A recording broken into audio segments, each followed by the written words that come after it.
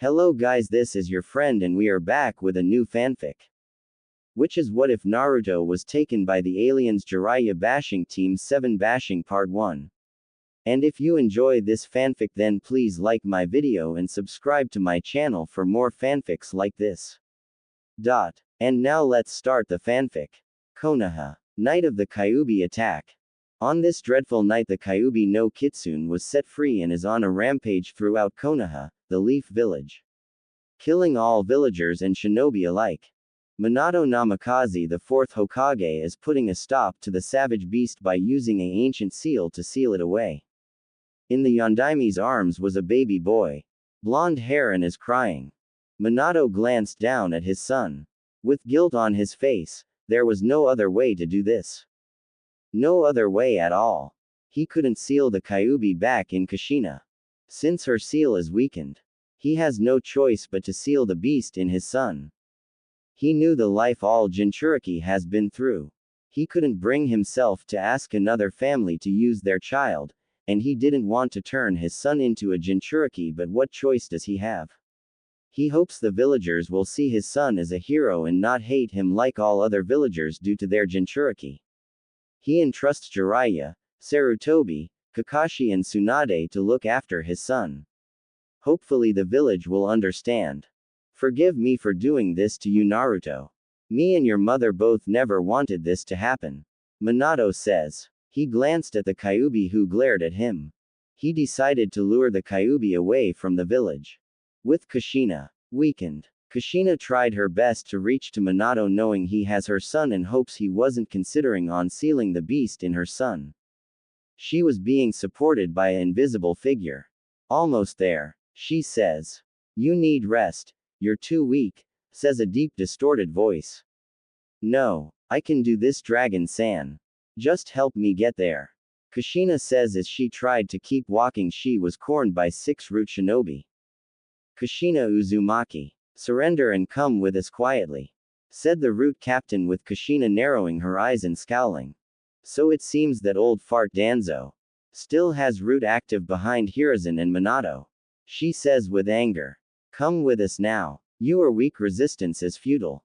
The captain says while she laughed. I'm not going anywhere. You all are about to die. She says smiling. Before the captain could question or do anything 3 red dots were soon on his forehead and out of nowhere a blue blast of chakra blew his whole head off. The other root Anbu jumped back in shock. 2 other root Anbu attempted to lunge at Kushina. But a flying disc went past their necks beheading them. The other 3 stood still looking around at what was attacking them, they couldn't see nothing.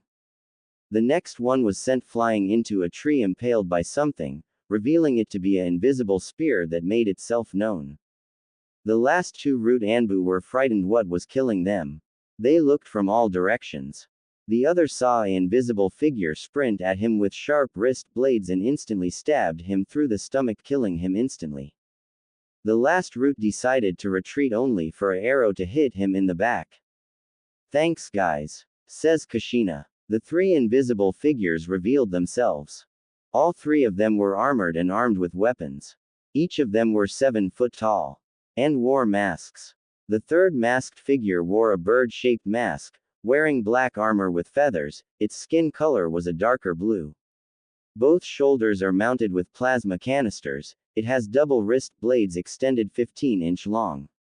On its boot has a jagged dagger in its osler, a net launcher, smart disc and its melee weapon is a jagged sword.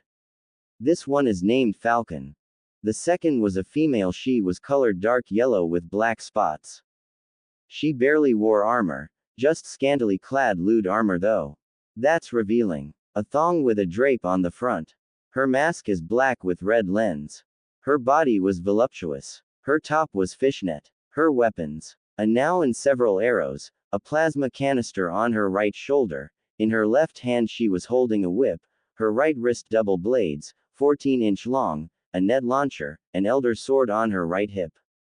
And 2 smart discs. Her name is Artemis. And the first wore a samurai-like attire colored in red, skin color is green with a mounted plasma canister. A katana on his hip along with holding a combo stick. Of course he has a pair of bladed gauntlets. This samurai predator was called Dragon. These three are called Yautja or predators. And how is it that Kushina knows them as in friendly with them? It all started when the first shinobi war had happened and when her clan Uzu was still active and alive at the time. The Uzumakis made a secret pact with mysterious beings that come from the stars or in this case space. These mysterious beings were called the Predators. They came to Uzu to seek for potential worthy opponents to test their strength. They were the first clan in the elemental nations to be in contact with beings that are not from their world. No other clan or village has ever had this opportunity. The Yautjas challenged the Uzumaki clan to see if they were worthy to be allies in formidable trophies. And the challenge was that one Yautja from a clan has to take down 7 Uzumaki in a gauntlet of the hunt. It took 3 days for the challenge to be over. 6 Uzumakis were killed by the Yautja. However, one remained alive and gained the upper hand by defeating the Yautja, which earned its respect. After the challenge was over, the Yautjas deemed the Uzumaki clan worthy and became allies in secret. Not even those in Konoha knew about their secret alliance with the Yautjas. Mito never told her husband and his brother about the secret alliance. As they have been allies for years, they made trade offerings to the Yautjas, teaching them ninjutsu, sealing arts and whatnot that the Uzumaki clan were famous for. They would take time in visiting the Uzumaki clan when they wanted to. And when the Second Shinobi War happened, along with the Uzumakis being hunted down and killed by the formed alliance of Suna, Kiri, Iwa and Kumo, they tried to send a distress signal to their allies in space for help. And by the time the Yautjas got there, they were too late and were enraged that their allies had fallen. But not all was lost. Knowing it could be a possibility that some of the Uzumaki clan members escaped and made it out alive, the elder who made the alliance with Uzu had sent one of his elite hunters to find the princess of the Uzumaki clan. And that princess was Kushina Uzumaki, and she was located in Konoha, the Leaf Village. And that elite is Dragon, who wore samurai-like armor. Dragon met Kushina when she was a child. He had protected her throughout her whole childhood unseen and undetected. Seeing that she was strong enough to protect herself, Dragon had stayed hidden but watched her. She and him were close and are friends, since she was a princess and possibly last survivor of the Uzumaki clan. Dragon was her full-time bodyguard, in which he accepted. No one knows about him but her. Not even Minato knew. As Kushina grown up, Dragon had left for a short period of time. He himself is getting teammates of his own, Falcon and Artemis. The Yautjas were aware about the 9 tails and the other tailed beasts since they learned this from the Uzumaki clan and knew Kushina is holding the Kyuubi. When Kushina turned on her distress signal when she was assaulted by the masked man and had the Kyuubi ripped out from her, Dragon and his teammates were on the way to help her in any way they can, even if they risked being detected. The 4 now went their way to Minato. "You guys hide. I'll get to Minato," she says. "Kushina, be well," Dragon says as he and his teammates cloaked themselves, watching her get to Minato. In the next 10 minutes, the trio had watched the sealing of the Kyuubi being put into Kushina's son, along with hers and Minato's sacrifice. Dragon and his team went to the fallen family. Baby Naruto cried as Artemis came by and picked him up. "Dragon, I have one last wish for you. Take my son with you. Raise him and teach him. I can't let him stay in Konoha if they knew about him having the fox sealed into him. Let him know that me and his father loved him," Kushina says, looking at her protector who nodded, seeing her now die, closing her eyes. Dragon and his team had left, taking Naruto with them, since Naruto is now the last Uzumaki and he must look after him as he did with Kushina. Elsewhere, having left Konoha, Dragon and his team had got on their cloaked spaceship and decided to take off. Now heading to Yautja Prime. Yautja Prime. They traveled there in hyperspace since Earth was very far from their planet. They arrived heading to meet the elder who assigned him to look after the last Uzumaki. As the 3 bowed to the elder. "Rise," says the elder. "And what is this you bring before me, Dragon?" asked the elder, seeing his elite hold baby Naruto. Great Elder, Kushina Uzumaki has fallen. I bring you her son. She entrusts me to look after him and train him. Dragon replies with his elder getting off the throne and observes Naruto. This is the princess's heir. The elder asks, seeing Dragon nod. Then, we will train him and raise him. We will make him one of us. The elder says, glancing at baby Naruto, who looked at his face. Konoha at the moment. In the Hokage Tower, sat Hiruzen Sarutobi, the Sandaime Hokage, the professor. He had come out of retirement and is now taking lead in Konoha. The Kyuubi had escaped from Kushina's seal and went on a rampage. Both Minato Namikaze and Kushina Uzumaki are dead. But where was their son? Naruto Namikaze Uzumaki. Where was he? Had Iwa sent in spies in their village under their noses to try and take Minato down, or took his son out of spite? No. Iwa wouldn't dare. Onoki wouldn't do something like that to risk more Iwa shinobi, since he lost so many in the last shinobi war. Naruto is missing. When he got to their location of the ceiling, both of them had already died, yet Naruto was not with them. He called Inuzuka clan members to search for Naruto. The Inuzukas and their dogs caught whiff of three unusual scents that they never smelled before and could not identify whose scents did they belong to. What disturbed him was that they found skinned bodies in trees. Only difference is the bodies lost their heads. All 6 of them were skinned. Their gear and equipment were nowhere to be found. Now this isn't the first time Hiruzen has heard of this. When he was Sandaime before Minato succeeded him, was that he had heard disturbing reports on whatever mission Kushina goes to. That there are bodies that were skinned alive and left hanging in trees. Some even lost their heads and spinal cords. Who could do something like that so gruesome? Kushina is not like that. Whatever that did that was no man, or shinobi. Shinobi aren't that bloodthirsty unless you're a follower of Jashin. His Inuzuka had told him that whatever that was around the area where Kushina and Minato had died at, was no man or human being. You see, no one knew that Kushina apparently had friends on the other side. Every mission she goes to, she would have help from her friends, including her protector. Who were the 6 shinobi who got skinned by whoever did it? Where is Naruto? He'll send Inuzuka trackers to get Naruto's scent and look for him. Because if it wasn't Iwa that took him, then who did? Orochimaru could be a possible culprit, given how his once pupil left and betrayed the village out of spite in not becoming the 4th Hokage, and did this to spite Minato also, but Orochimaru was smart and crafty enough to not let himself be discovered or found. Unless he wants to be found. And it couldn't have been Kumo. If Naruto isn't found, he'll have to get Jiraiya to find him. With Danzo. So, she's dead. How unfortunate. And what of her son? Asked Danzo, looking at his minions. Lost Danzo-sama. The team that was supposed to retrieve Kushina Uzumaki never made it back, says a Root Anbu, with Danzo frowning. She may have killed them then. He says, still frowning.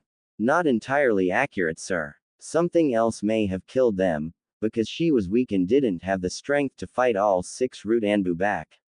His drone pointed out, with Danzo nodding, seeing that he had a point. If she didn't kill them, what did? He says with one narrowed eye. We are still investigating, sir. His Root agent said. No need. If they are dead, then they are dead. For now we will remain hidden. We can't have Hiruzen keeping an eye on us and suspect that I sent those 6 Root Anbu after Kushina Uzumaki. For now, search for her son. I want all scouts in every part of the elemental nations and villages to find him and bring him to me. Danzo ordered as his agent nodded and went to go do as told. Such a shame that the Uzumaki boy is gone. Taken by the enemy, he assumes.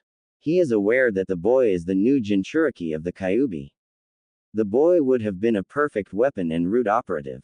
With training and harnessing the Kyuubi's destructive power, Danzo could overthrow Hiruzen and rise to the top of being the 5th Hokage. His friends Kaharu and Homura will support him and keep him protected. Not to mention the plans he had. Should Minato's son does become the village's Jinchuriki, he could exploit it to the villagers to direct their full hate and anger on the boy. Now with such plans thrown out the window he can't do it now. Hopefully his scouts and spies in every village in the elemental nations will report sightings of the boy. And should he be sighted, he will send a strike team to retrieve the boy and bring him to Root HQ, where he will be conditioned and molded as a weapon. And will be his trump card to overthrow Hiruzen. So he will have to be patient. Yautja Prime, 6 years later. On Yautja Prime, Dragon, Artemis and Falcon are currently escorting Naruto to one of their chambers. To turn him just like them. The elder had told them. He will be turned when he's a much older age. 6 years seemed to be alright. Naruto's life with the predators were nice and easy going. All his life on this planet he had to learn their culture of hunting. Of course Naruto's rank in this world, he's a pup. And not trained yet. But once they transform him into one of them, they will start his training. Dragon was still an elite. His teammates Artemis and Falcon are blooded Yautja. Since the two of them went on their first xenomorph hunting and successfully killed one and bared the mark, just like Dragon. As of right now, once Naruto is turned and his training is complete, he just may go out and kill his first xenomorph. As he reached the chambers, Naruto laid on the stretcher. With Artemis coming towards him while Falcon operated the computer. Begin the initiation device. Dragon says with Falcon operating the computer. Suddenly restraints strapped around Naruto's arms and legs for safety measures. The boy looked a bit nervous but kept a brave face, knowing this was the day he is worthy to be a Yautja. Above him were needles as two of them injected themselves in both of his arms, in his vein area. Naruto grunted in pain when he felt the needles pierce him as they left after injecting something into him. What had injected him was Yautja blood, as a mask was soon placed on Naruto's face. Naruto soon felt his eyes wide opened when secret compartments inside the mask force opened his eyes as a bright light glowed in the mask, downloading information into the boy's brain. Naruto's DNA and blood was being mixed with Yautja blood. Kyuubi's seal glowed faintly in response to this. He was given knowledge of ancient Yautja writings, and language so that he can understand it and speak it. Given knowledge of all Yautja weaponry to use against their prey. And saw images of the xenomorphs clashing with Yautjas. Naruto almost feels his brain is about to burn from the information being downloaded into his head. As he also saw a brief image of a clan of redheads with the predators. For 1 full hour the process was complete. Artemis remained at his side, as she took off her mask. Revealing her face, her mandibles and eyes, they were orange. She has the mark on her forehead. Falcon took off his mask, revealing his face and mandibles, revealing his eyes to be brown. He too carries the mark too, like Artemis. Dragon took his mask off, revealing his face. Showing his red eyes. Along with a scar on his cheek and the mark on his forehead. Now this isn't the first time Naruto had actually seen their faces. He saw their faces when he was 5 years old and didn't seem bothered, disturbed or frightened by their facial appearance. The straps came off Naruto. As the mask lifted off his face. All 3 predators stood over him, looking down at him. Naruto, can you hear us? Dragon asks. Yes. Dragon, the boy says while clutching his head in pain. You will be in temporary pain. Naruto, it will wear off later on. Artemis speaks. How do you feel? Falcon says. I feel good. He answers. Good. Now, Falcon, go inform the elder that Naruto has become one of us. Dragon commanded, seeing him nod and walk off. What is to become of me now, Dragon and Artemis? Since I'm becoming one of you? Naruto asks. We will train you, and teach you how to be a hunter so that you could prove your worth to the elder. We will also be teaching you everything we learned from your mother's homeworld. Dragon says. My mother? Naruto asks. Yes. Your mother, her name is Kushina Uzumaki. And her mate partner is Minato Namikaze, who is your father. Dragon replies. What happened to them? Why aren't they with me? The boy asks, with both predators exchanging glances at one another.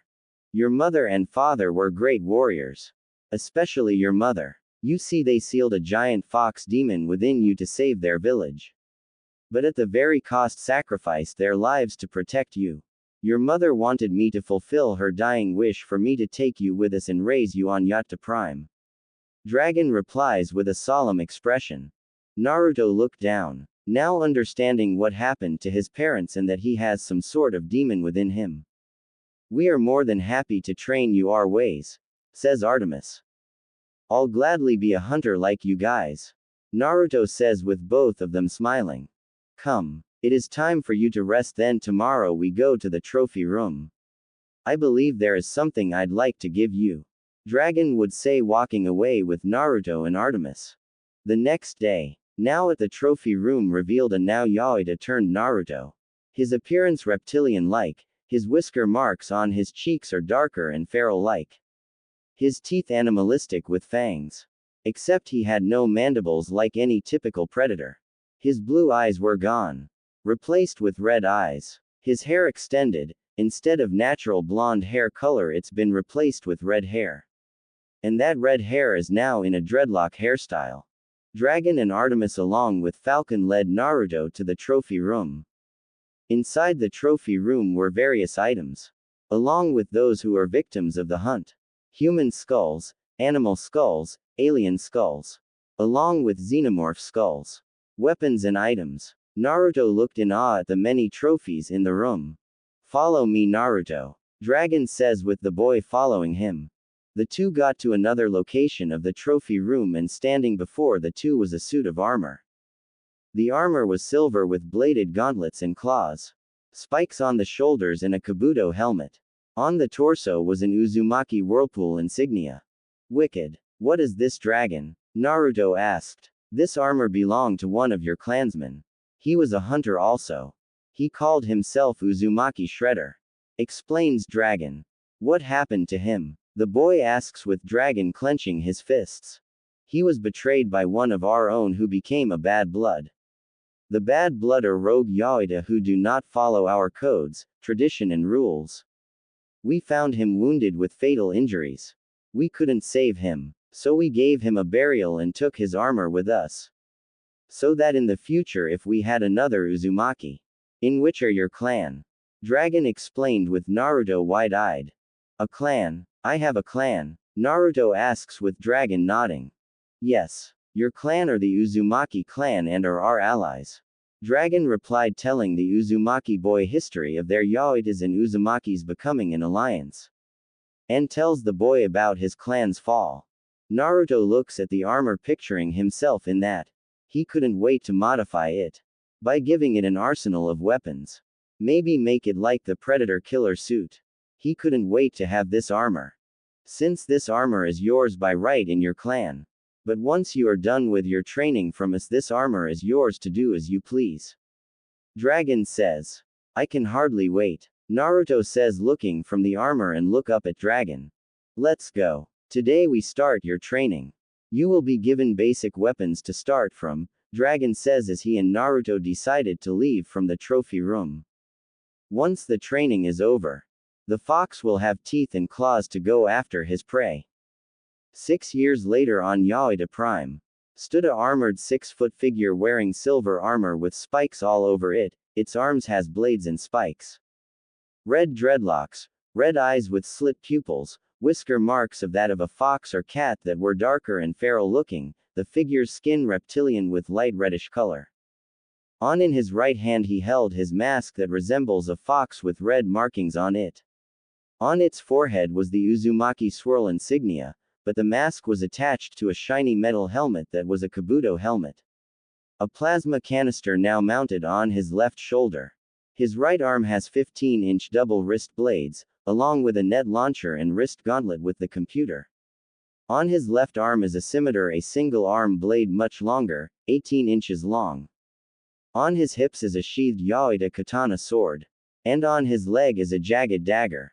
Who is this feral warrior? Naruto Namikaze Uzumaki. Naruto had grown these past few years on Yautja Prime and had been under the training of Dragon, Falcon and Artemis. For the past 6 years they were training the boy everything they knew on how to hunt. They prepared him for his first initiation hunt. And today is that day he will depart. He is to go on his first hunt so that he can be blooded. He is going with 3 other predators who are the same rank as him. A young blood. From the far side of him were Dragon, Artemis and Falcon. Are you prepared, Naruto? The elder and your team is waiting for you. Dragon would say, looking at Kushina's son whom he made as a warrior. Yeah, I'm ready, Dragon. Today's the day I'm ready to prove my worth as a hunter and to become blooded. Naruto answered. Then let's go, you have everything you need for this hunt. Artemis says with Naruto nodding. One more thing to take with you. Dragon says, handing Naruto his combo stick as Naruto accepted the weapon. Dragon, why? This is yours. Naruto says, looking at his mentor. Take that with you. It could prove useful for your hunt, and for good luck. Dragon says, clicking his mandibles. As Naruto nodded as the 4 decided to go ahead and head for the mothership that the elder and his team were getting on. On board the mothership, he had said his goodbyes to his 3 mentors. And went to go find his teammates. In which he did. The first teammate was taller than the other 2 predators besides him. As the tall one glared at Naruto. So, the elder picked you. A half-breed to go with us on this hunt. Growled the first predator. His name is Celtic. Who is in charge of the hunt and leader of his 2 brothers besides him. On his left is his brother Chopper and on his right is his other brother Scar. Yes, he has. I was assigned to go on my first hunt with you 3. Hey Scar. Naruto says, smiling at Scar, waving at the predator. Scar and Naruto became friends when Naruto was undergoing his training with his mentors. Good seeing you too, Naruto. Replied Scar. As Celtic snarled, now getting in front of Naruto. Listen here, human. I don't care if the elder has sent you with us, but know this. I'm in charge of this hunt. You will follow orders from me, don't expect special treatment from me or my brothers. Understand? Growled Celtic, narrowing his eyes at Naruto, who also glared back coldly. Scar stepped in between them. Celtic. Enough. He's our teammate. Scar says, defending Naruto as Celtic growled lowly at his brother as he turned and walked off with Chopper following him. My apologies, Naruto. Scar would say. None taken. Naruto would say. Scar sighed. Obvious that his brother is somewhat jealous of Naruto. Because Naruto received special training from one of the elite Yautja's dragon. While he, Chopper and Celtic received no training, they are inexperienced hunters and this is their first hunt to prove themselves to the elites or elders or ancient elders to deem them worthy of being blooded. Celtic saw Naruto as a threat in stealing all the glory from him and his brothers. Because he got training from the elites. Naruto wasn't intimidated by Celtic whatsoever. And since Celtic is his leader for this hunt, he will have to follow commands from his superior. As their ship went into hyperspace, they would go en route to their location to hunt. Earth, Antarctica. They had arrived to Earth. As the Yautja mothership was in the sky of the cold weather, 4 pods were dropped on a different location. As they landed, their hatches opened.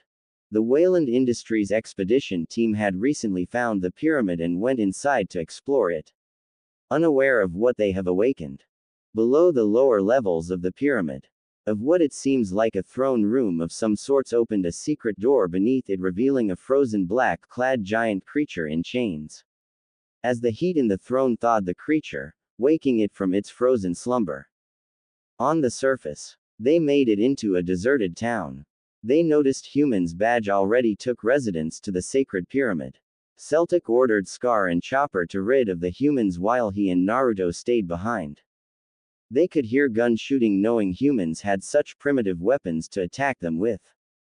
After the gun shooting was over, the human in red jacket ran before Chopper could kill him and picked up a pistol and shot Celtic, whose cloak malfunctioned, pissing him off. Naruto sighed as he watched Celtic chase after the human in red coat who fell down the tunnel. After that, they uncloaked themselves. Let's move, Celtic growled.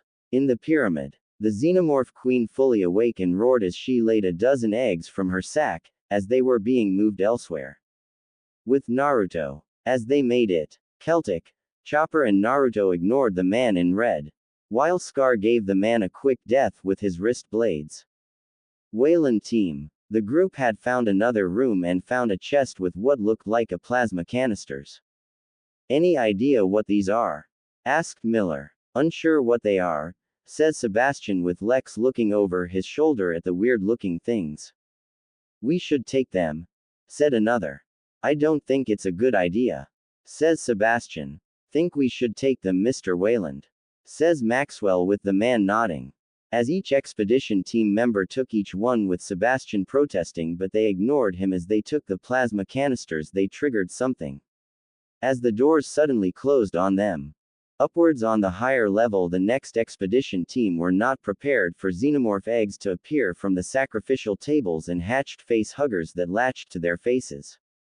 The pyramid entrance. Celtic saw a visual of the humans in the levels of the pyramid as he growled angrily that the humans were taking what was theirs. As he turned to the three of them. Let's go, he growled, as all four of them cloaked themselves and went inside the pyramid to go hunt.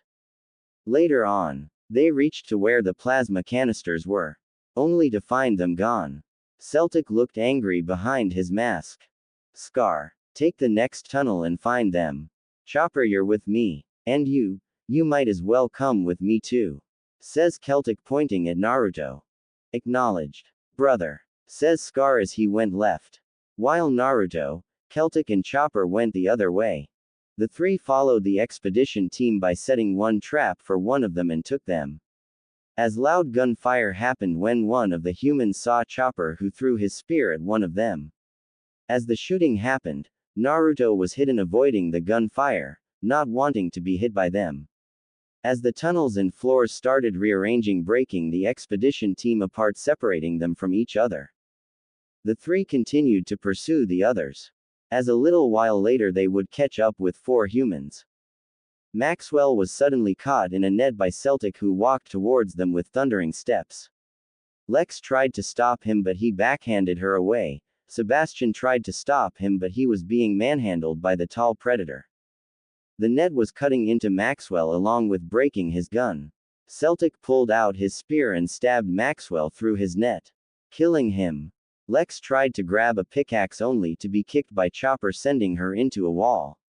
Chopper towered her and brought out his long wrist blade to end her with, only to not expect something behind him. A sharp black tail suddenly impaled him as Chopper grunted in pain. Naruto, who was cloaked watching the whole thing, widened his eyes seeing one of his fellow hunters die. As Chopper was lifted up and met an alien that looked at him and killed the predator with its inner jaw. Celtic suddenly realized something happened as he turned and saw one of his brothers killed by the very things they were sent here to hunt. He dropped Sebastian and engaged after the creature that killed his brother. Naruto decided to intervene only to hear hissing, and behind him was another xenomorph as it lunged at him. Naruto brought out his wrist blades and fought the creature. All right, ugly, bring it on, Naruto says, beckoning the creature to come at him. One Piece Ost. Karakuri defense system activate. The xenomorph hissed and lunged at Naruto, clawing at him, who avoided it. Then ducked and weaved when the creature tried to stab Naruto with its tail. Only for Naruto to block it and then sprinted up at the creature and kicked its face with brute force, sending it into a wall. Now heading into another room, he saw the creature get up and ran at him at all fours. Naruto turned on his plasma canister to shoot the creature, only for it to avoid the blast and wraps its tail around Naruto's legs and pulled him down as it pounced on Naruto, but Naruto rolled out of the way in time and recovered. The xenomorph snarled and tried to leap up fast on Naruto and sent its tail at Naruto. Naruto sideways avoided it and cut the tail off with his left scimitar blade extended as the xenomorph hissed in pain with its tail gone. Naruto looked down and saw his scimitar melted due to the xenomorph's acidic blood. The alien, enraged, pounced at Naruto. Naruto unsheathed his katana and charged at the creature, sword in hand. It swiped its claws at Naruto, who ducked and sliced off its arm along with cutting off its head. Naruto glanced down at the dead alien. As he took off his helmet and mask, he bent down and ripped off the alien's finger. He marked his mask, along with putting the mark on his forehead since he has killed his first xenomorph. He walked away to go after the humans.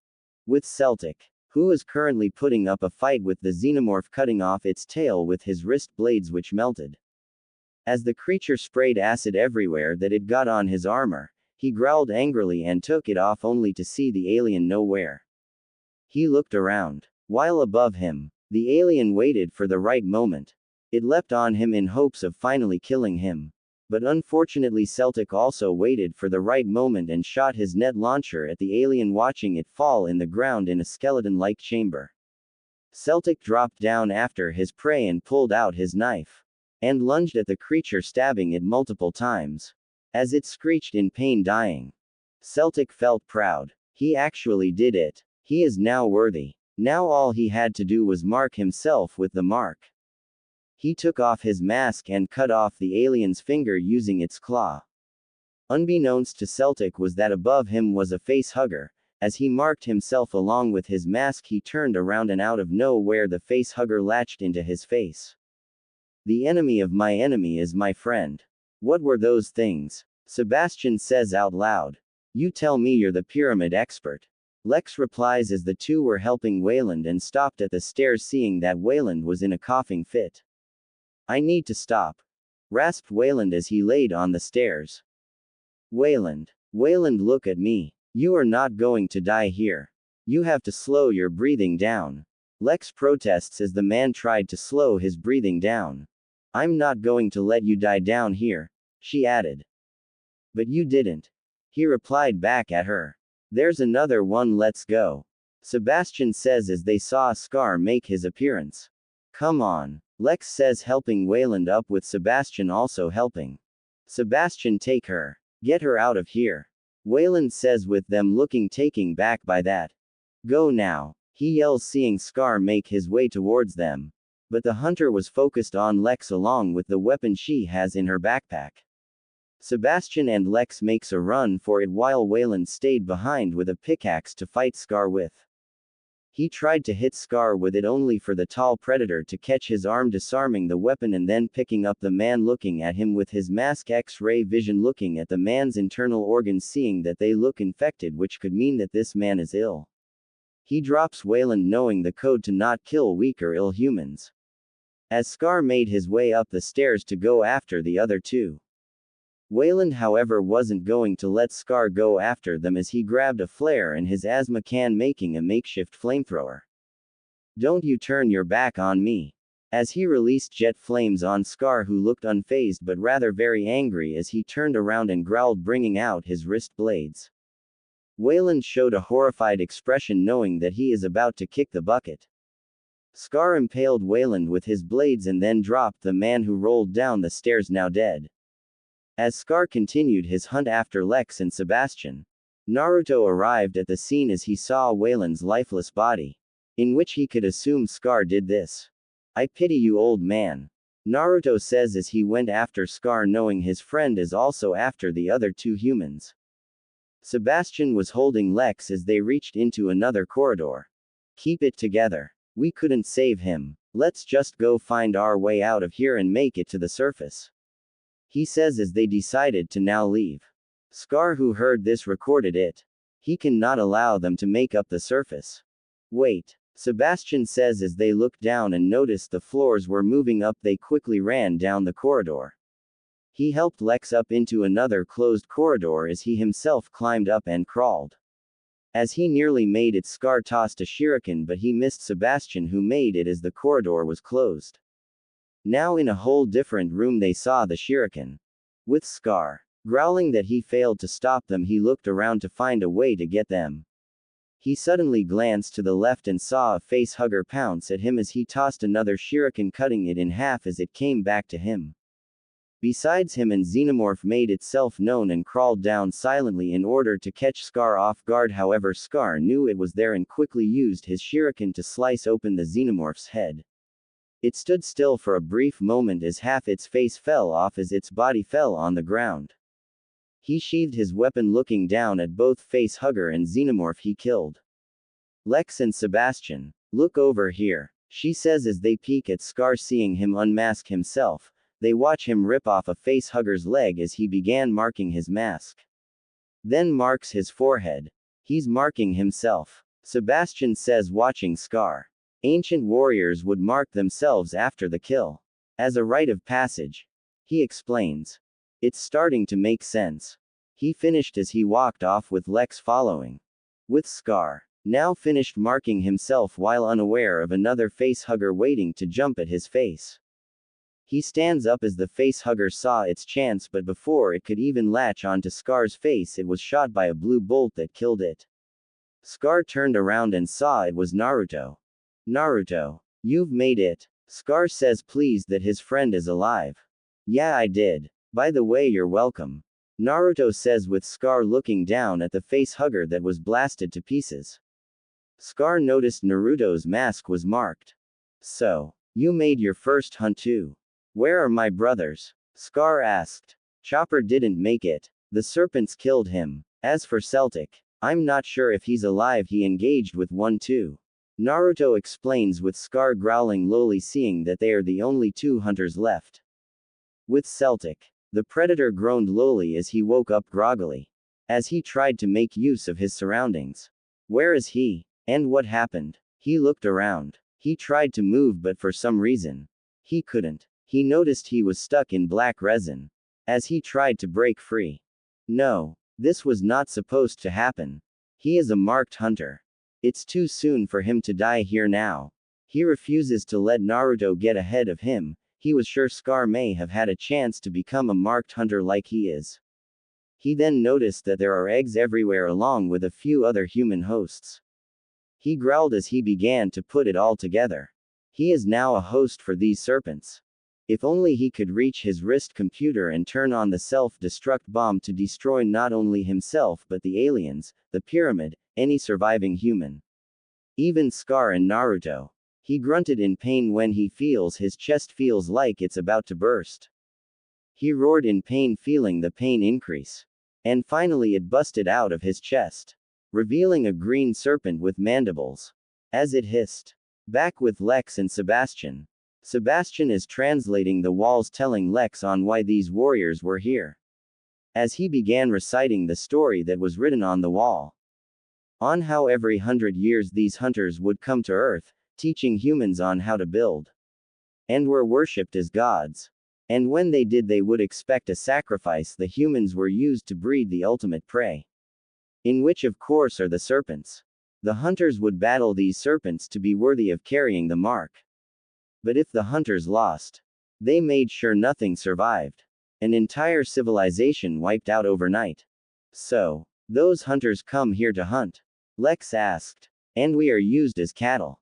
Answered Sebastian. Once that door is open, we are dead. Sebastian says. Not if we set things right. Lex says with him raising a brow. What do you mean? He asked. This pyramid. This is like a prison. Those black things we saw are the prisoners. The hunters are the guards. And we took their guns. The prisoners ran free, and the only way to restore order is to give the guards their guns back.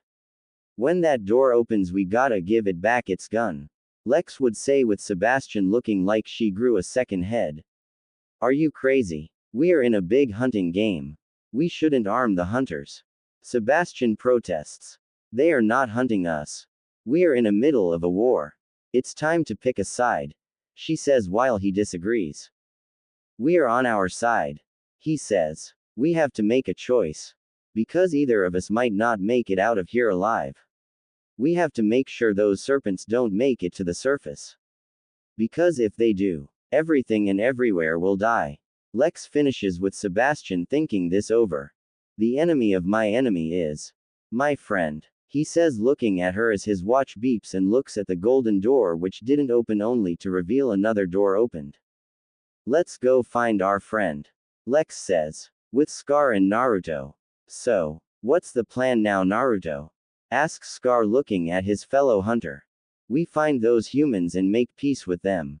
Naruto would suggest with Scar looking at him. He could tell Scar had a look of disbelief behind his mask. Why should we? They took our plasma casters. That we need for this hunt. Scar growled. The humans weren't aware of that. They were just curious. They probably weren't aware that we came here to hunt. Look, we are the only two left. Chopper and Celtic weren't lucky. There's no telling how many more serpents we have to kill. I suggest we make peace with the remaining humans and get them to cooperate in working with us if we all want to get out of here. Naruto suggests, with Scar growling lowly, trying to see if he should consider this idea with Naruto. There are only two left. A male and female. The rest could have already been caught by the serpents to use to breed more of their kind. I suppose we could get the remaining two to cooperate with us. Scar says, having to agree with Naruto. They mentioned about getting out of here and making it up to the surface. Scar mentioned, with Naruto frowning behind his mask. Yeah, but we can't risk letting those serpents find a way up there too. We have to bomb this place to ensure nothing survives. Naruto says, with Scar nodding. Let's go find our humans, Scar. Naruto says as both he and Scar decide to track and find the humans before the serpents do. With Lex and Sebastian, now in a whole different corridor with flashlights, are walking down towards it in hopes of looking for their friend. They shift the light to the other side and noticed slime along with a tail. Out of nowhere, a xenomorph hissed at them. Move! Sebastian yelled as both he and Lex ran. They ran out of the hall, going to cross the bridge only to see it half broken. Their only chance was to jump across it. Sebastian made the first jump as he made it. Lex followed him but caught the ledge as parts of it fell apart. Lex was sure she was going to fall to her death, but Sebastian caught her hand just in time and pulled her up. Come on, Lex. I got you, he says as she looked up at him, only for her blood to freeze and widen in horror, seeing an xenomorph next to Sebastian as it grabbed him as he screamed, being dragged away, leaving Lex all by herself as she climbed up. Now all alone, she bent down and got Sebastian's bottle cap. Clenching it as she moved on, now all alone. Hopefully she'll run into the hunters. She took a long walk in the dark hall, looking around her surroundings as she stopped at a dead end, checking her watch, seeing it cracked. She looks around scared, hoping those serpents aren't around to get the drop on her. She paused, feeling as if someone was behind her. She slowly turned around and saw Scar and Naruto behind her. Greetings, human, Naruto says, catching Lex off guard that one of them can speak English. While Scar looked around for the male human only to find him not with her. Which could mean the serpents took him. You can talk, she says with him nodding. Of course. I believe you have something that belongs to my friend Scar here. Naruto says, pointing to Scar, who growled lowly. Lex stood there in shock as she looked from Naruto and to Scar. She knew now it was time to give what was taken. She reached into her back and took off her backpack and slid it over to Scar, who looked down towards it. As she did, she gasped, seeing 3 serpents behind the two. Scar and Naruto turned around when they heard hissing, and behind them were 3 serpents who attacked the two. Scar attempted to kill one with his combo stick, but the creature knocked it out of his hand as it slid away. So he brought out his wrist claws to fight it. Naruto was dealing with one using Dragon's combo stick, landing some blows on the creature. The third one focused its attention on Lex, who flinched seeing it look at her. She fell on her in fear. She looked around for something to protect her with. She saw Scar's combo stick and grabbed it. The alien lunged at her as she jousted it in the air as the creature was impaled and sent its tail at her, but was missing, but she was also dodging and weaving. She looked terrified seeing it up close to her, hissing and sway its tail wildly. It leaned its head and attempted to kill her with its inner jaw, but it died the moment it had a chance as she still had a terror-stricken face. Naruto impaled another serpent through the head, killing it, while Scar cut open its stomach with his wrist claws, making its guts fall out along with acidic blood. Scar put on his plasma caster. Naruto looked around and saw more serpents at the end of the hall. Both he and Scar turned on their plasma casters and started shooting. Some of the xenomorphs started dodging while some actually got shot and died. While one of them was trying to think of a way to get to the hunters and human. The queen, who was in her chamber, still gave out a loud roar and screech, calling all of her drones and new xenomorph. The xenomorphs who heard their queen decided to retreat and head back to their queen mother. Seeing that they are gone for the moment, Naruto looks towards Scar as Lex looked from the two of them. Scar retrieved his combo stick from the dead xenomorph Lex had killed. Scar, I believe we should arm the human. What is your name, by the way? Naruto asks. With his friend grunting, and went over to the xenomorph and pulled out his knife. Okay, Alexa. My name is Naruto Namikaze Uzumaki. The Fox Shredder. You already met Scar. I believe you now know why we are here, correct? Naruto says with Lex nodding. Yes, my friend told me about you hunters who hunt after those black serpents and use us like cattle to breed them. She answered. Ah, I see your friend did his homework. I'd like to apologize for how me and my friends had killed half your people. You see, this was our hunting ground and first trial to be marked. Naruto says as Lex looks at Scar cutting the face off the whole head of the xenomorph, removing it from its skull. What is he doing? Lex asks, watching Scar. He's making you a shield. Naruto answered as Scar ripped off the xenomorph's finger and held it above the xenomorph's head and dripped acid on it. Seeing that acid won't melt its skin or head, then dripped some on the ground, making a hissing sound and melt the ground with smoke steaming it. The blood is acidic, Lex muttered, as Scar used his knife to cut off a tail blade of the xenomorph and grabbed a staff from a nearby statue and wrapped the sharp end on the tip. This will be your shield and spear. Since you killed one serpent, you're one of us now. Naruto says as she put on the shield and held the spear. So what now? She asks. We work together and get out of here. First we need to confirm our suspicions if there is a nest here, and if there is one we have to bomb it. Naruto replied. So let's go. Naruto says as he, Scar and Lex ran down the hall. The Queen's chamber. All 8 of her xenomorphs appeared along with a much bigger one with dreadlocks as it hissed, looking down at the drones. Release me from my prison, children. The Queen hissed mentally towards her 8 children, including the Predallion, who is like her elite bodyguard, hissed out orders on freeing their Queen Mother by jumping on this contraption the Predators put on her by biting into her with their inner jaws, spraying acid on the chains that held her along with the shackles. Back with Naruto and company. They 3 were in another area while Scar knelt down and noticed slime on the floor. Naruto and Lex went into another corridor and noticed it was covered in resin-like substance. It was then Lex had found Miller's camera and called out his name. As she went inside the room and saw eggs that were already opened. Naruto followed her in and noticed that this is a nesting ground. Lex turned to the right and found Miller, who looked dead as she noticed his stomach was burst out open. Along with a gun and dead face hugger. She picked it up since it was covered in slime. As she continued to look around, same with Naruto. She gasped when she found Sebastian. Sebastian, she says. Help me, Lex. He says weakly. I'm going to get you out of there. She says with urgency. It's too late. It's inside of me. As she tried to find a way to cut him free. Scar appeared as she noticed the red dots and turned to him. No, I have to help him. She says with Scar looking at Sebastian and turned on his X-ray with his mask and saw a xenomorph serpent inside him, an infant. And it looks ready to pop out. Lex. They mustn't reach the surface. He yelled out, straining. I know, she says, pulling out the gun she found and aimed at her friend. Do it, Lex. He moaned out, knowing that he can't be saved. I'm sorry. And with that she shot him with the gun, killing him. Seeing she used its last round and dropped the gun, walking off. Scar watched the infant xenomorph pop out of Sebastian's body, but he caught it and snapped its neck. Naruto was in another part of the room investigating. He looked around, and as he looked from his left and widened his eyes behind his mask. What he saw was Celtic's body on the wall.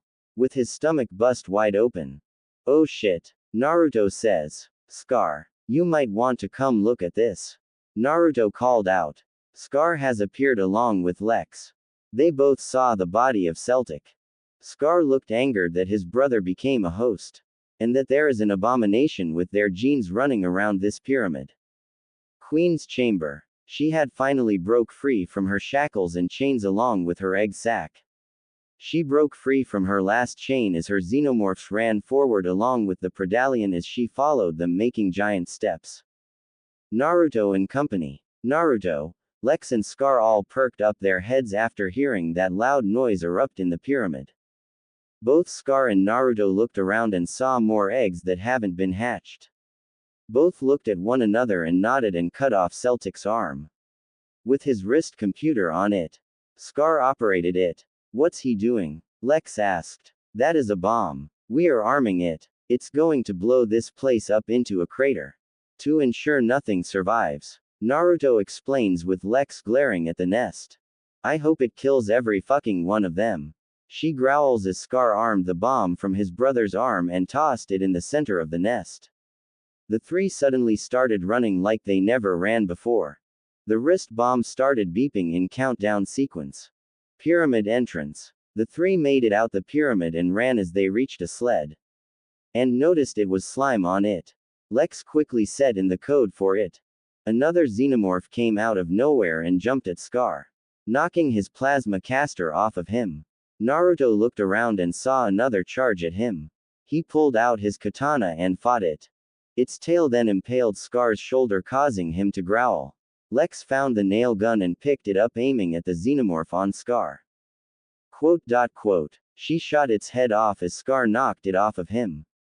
Naruto sliced his in half. The others saw more xenomorphs appear and the sled was getting ready to go. The three quickly got on. The xenomorph tried to stop them but failed. The bomb had set off and glowed a blue light, blowing up the nesting ground, the pyramid, and any surviving xenomorph. Naruto and Kohu were on the sled, flew off out the tunnel and instantly got off running still as they watched it engulf in flames, but the explosion erected an avalanche, destroying the small village and everything around them. The three kept running until they made it to the edge, seeing that they almost lost their footing. They got up and turned around, looking at the destruction before them. The entire area was bombed. As the two turned towards Lex, Naruto was the first to unmask himself, while Scar was second. Lex was surprised that Naruto looked different from Scar. Scar had mandibles while he didn't. You, Lex, have earned our respect, Scar says, pulling out a xenomorph finger he kept. Lex began to realize what was going to happen as she glanced at both marks on Scar and Naruto on their foreheads and masks. Scar had marked Lex's left cheek. We accept you as one of us now, Naruto says. Before the three of them could do anything, they heard a tremor and looked to the left, seeing the queen xenomorph burst out of the ground, surprising the three. This is it. Let's finish this, Naruto says, pulling out his katana while the three stepped back, seeing the queen march towards them. Scar made the first blow by shooting both his wrist blades into her chest. As he pulled out his shuriken and tossed it at her neck, making her scream in pain, then tossed it again at her crown head. Before he could catch it, she knocked him back with her tail, sending him flying. He tried to get up, but she knocked him back down and readied her tail to finish him. Lex lunged at the queen while Naruto turned on his plasma caster, aiming for the queen. Suddenly behind him, the Predallion made its appearance and struck Naruto's plasma caster with its tail, destroying the weapon. Naruto turned around in shock, seeing the Predallion focus its attention on him. Lex impaled the queen's neck with her spear, as the queen backed away, trying to take the spear out her neck. As it fell in a shed, Lex saw her jacket burn from the acid blood as she ran off, as the queen chased after her. Naruto is currently fighting the Predallion, who was sending its tail at him, who dodged and weaved, but the Predallion roared and did a tackle charge at Naruto, forcing him on the ground. Naruto kicked the beast off him as it hissed savagely and opened its mouth to spit acid at Naruto, who evaded it. Naruto pulled out a storage scroll seal from his wrist and brought out a shuriken and tossed it at the Predallion, who ducked and dodged swiftly as it lunged at Naruto. Naruto, however, shot a net from his net launcher at the creature, trapping it. He raised his katana ready to stab it, only for the creature to break free using its brute strength, and slapped its tail against Naruto, sending him flying and dropping his sword. The beast crawled after Naruto, who recovered and pulled out a combo stick that dragon had given him. The creature sent its tail to stab Naruto, who rolled out of the way and got up, charged at the creature, hitting it with the combo stick, landing some blows on the monster. As it roared and then swiped its claws across Naruto's armor, leaving claw markings on it. Naruto then tripped it with the combo stick, knocking it on its feet, and was going to deliver a stabbing blow on the creature, but the creature was much faster and did the blow first. Its tail went through Naruto's left shoulder, wounding him. The creature then got up and grabbed Naruto's face and opened its mouth to end him with its inner jaw. But Naruto impaled the creature's stomach with Dragon's combo stick as it roared in pain, dropping the boy. Naruto ran to the side and grabbed his sword, seeing the beast pull the combo stick out of itself and now feels enraged. The two stared at each other. Naruto glared at it, pointing his sword at it, while the beast itself growled and snarled at Naruto. "Come on. Come at me, you abomination." Naruto taunted, seeing the creature hiss and lunge forward with its tail out, ready to joust it at Naruto. But Naruto moved from the side and attempted to cut it with his sword, but the creature backhanded him and charged at him as it roared. Naruto got up, looking at the monster, who charged at him again to finish him. It prepared its tail again, but this time Naruto had a faster reaction. He reached into his belt and pulled out smoke pellets and tossed them on the ground. The creature paused its movements, looking for Naruto around in the smoke. The creature hissed. The smoke cleared and Naruto was nowhere to be seen.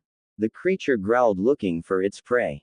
Popping out of the ground, Naruto impaled his sword under the creature's jaw through its head. The beast roared in pain and tried to stab Naruto with its tail in one final attempt, but Naruto had his wrist blades out and stabbed the creature, cutting open its guts. He backed away, moving away from the dying creature, who hissed lowly in a death rattle and fell limp dead with acidic blood pouring from its stomach and mouth. Seeing that the beast is dead, Naruto grabbed his combo stick and sheathed his sword as he ran to go help Lex and Scar fight the queen. Lex was underneath a water tower as the queen tried to get her. It pushed the water tower slightly as it attempted to use its inner jaw to get Lex, but it failed. Leaping in the air was both Naruto and Scar. With both their combi sticks, Scar impaled the side of the queen's head with his, while Naruto got on the queen's head as she tried to knock him off of her. He held the combo stick high and impaled it through her head. She, screeching loudly, she was dying, looked at the three in front of her as she stepped forward, trying to make an attempt in killing the three.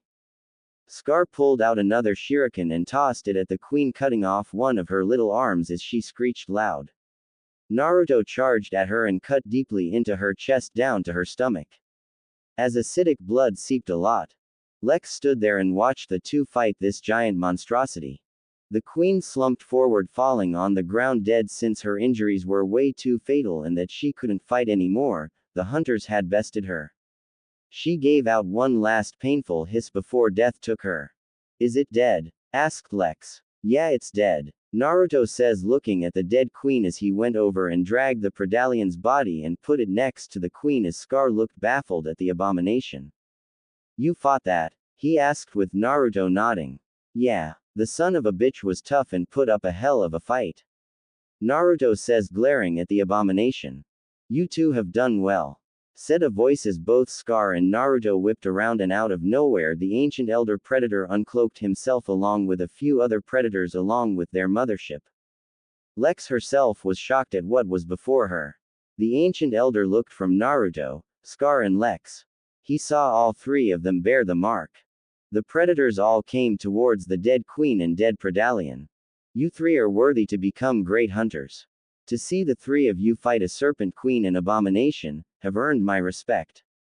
Naruto, go ahead and claim your trophy in killing the abomination. You, Scar, and this human before me will share the trophy of killing the queen serpent.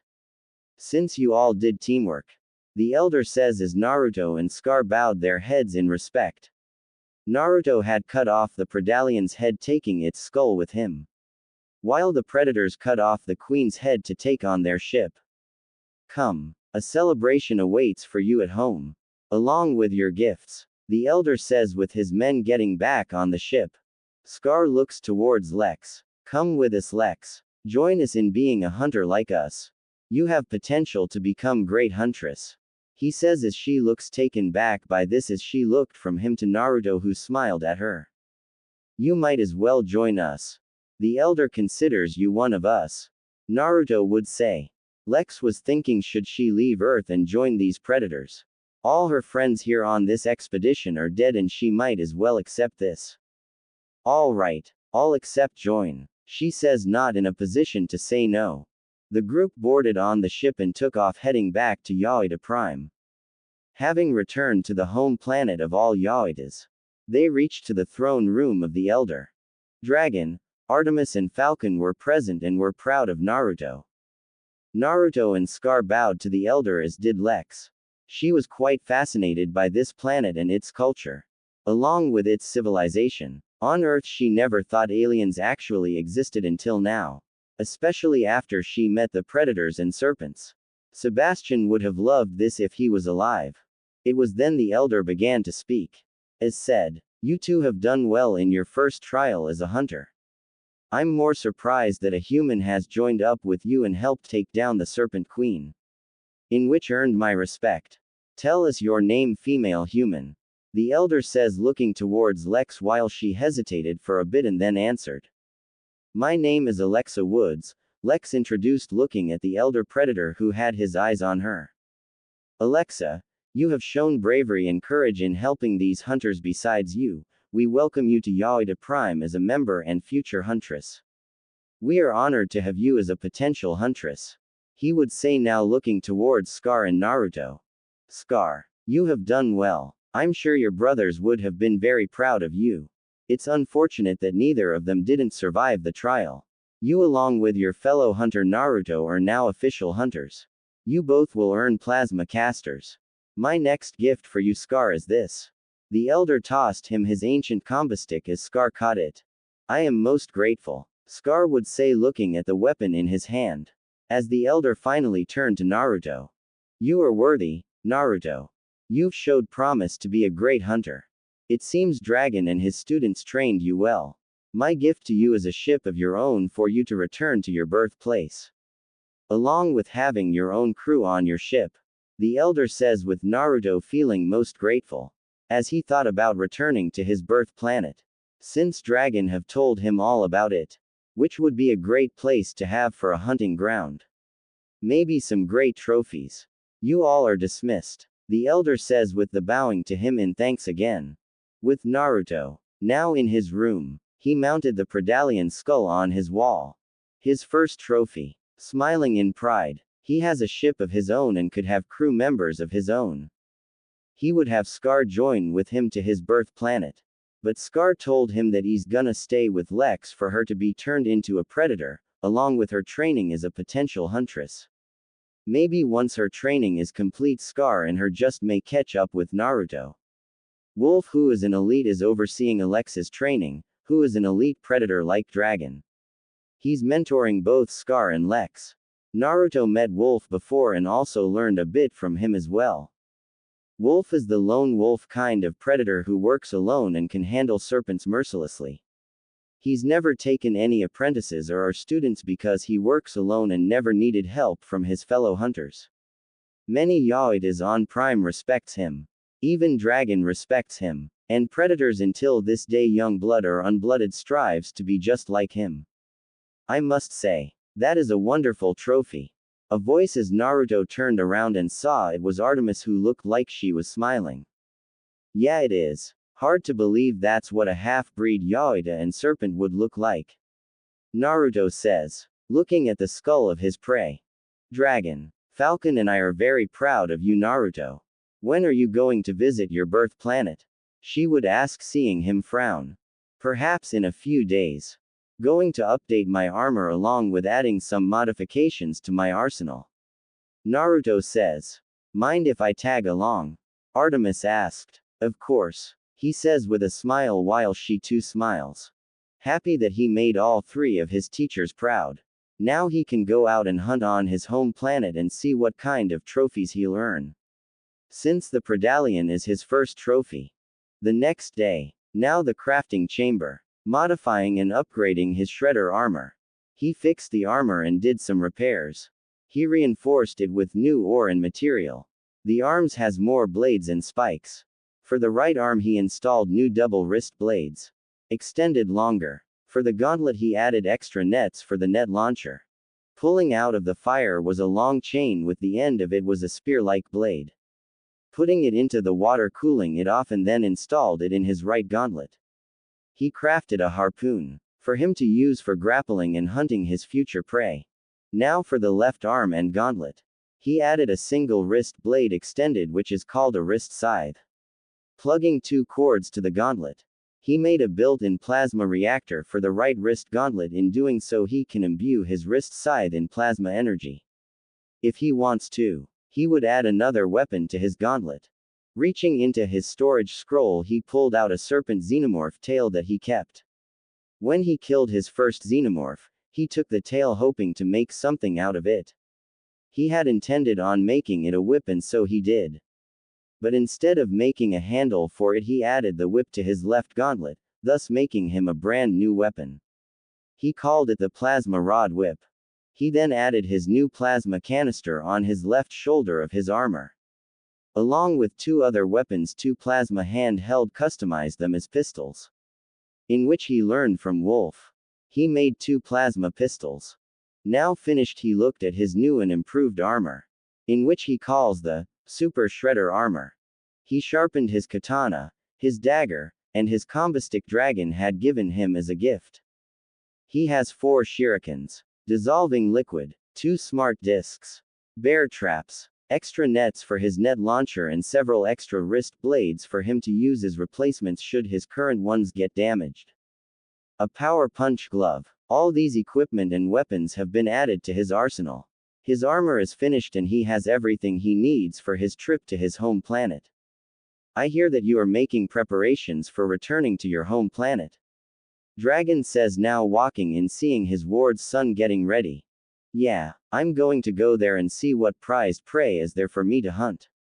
Naruto answers. Artemis is going with you. She wishes to accompany you on your hunt. Falcon also wishes to join you. Dragon says. Neat, the more the merrier to come with me. Are you coming? He asked his mentor. I can't accompany you at this moment. I'm needed here to train other pups and unblooded Yautjas. But when the time comes, I'll be on my way to your home planet to see you.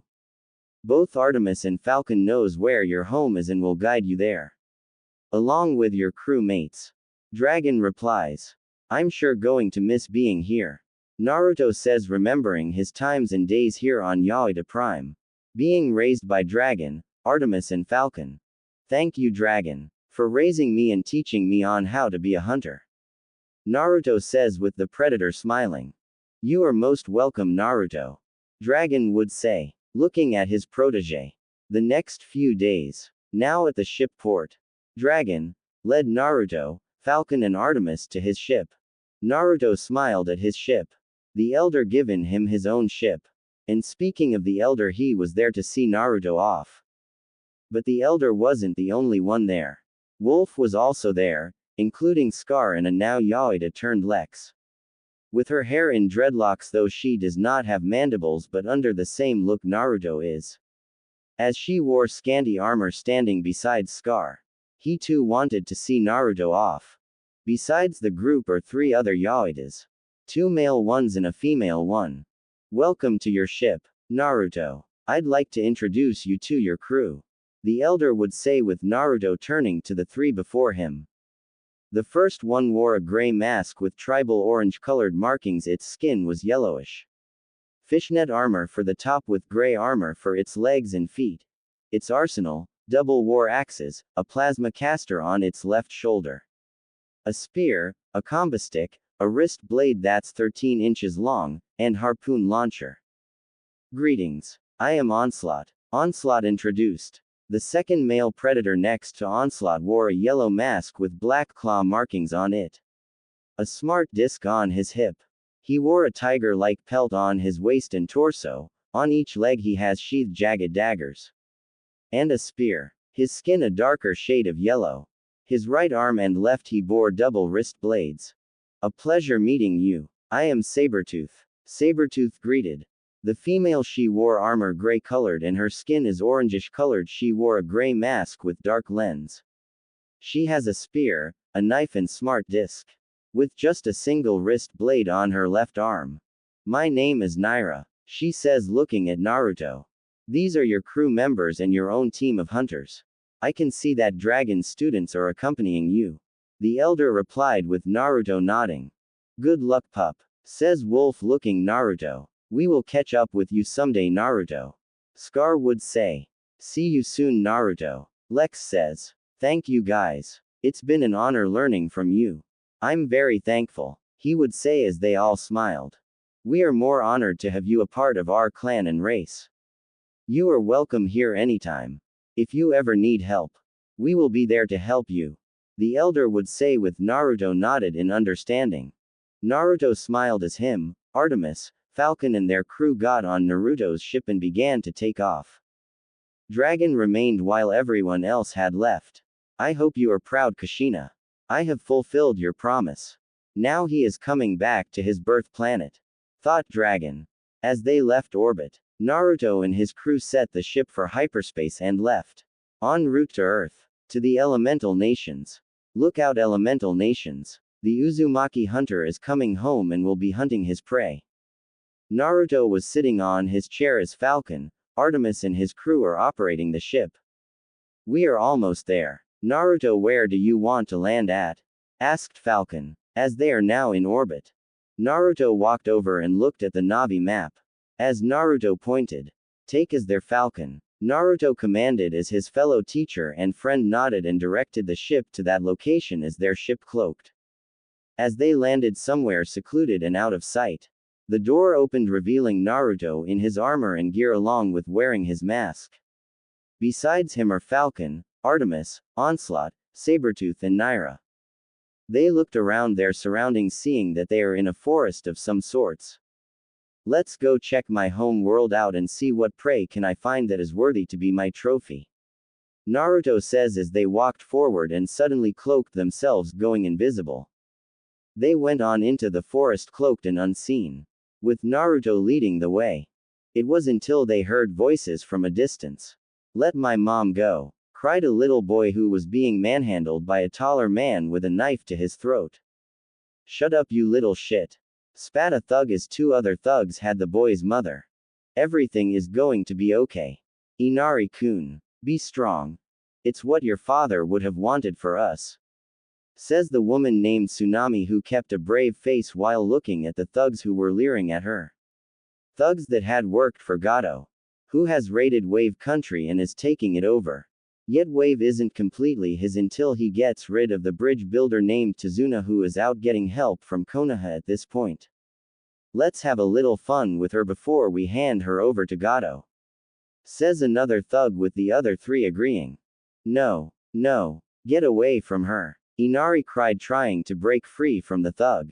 Kill the brat, says the lead thug. The thug raised his knife prepared to end Inari's life who had his eyes closed in fear knowing he's about to die as tears shed. Tsunami could only cry seeing that she is about to get raped and watch her own son die. Someone please help. Kami please help me and my son. She pleaded in thought. And as if Kami had answered her prayers. 3 red dots were aimed on the thug holding down Inari who was curious on what that red light was.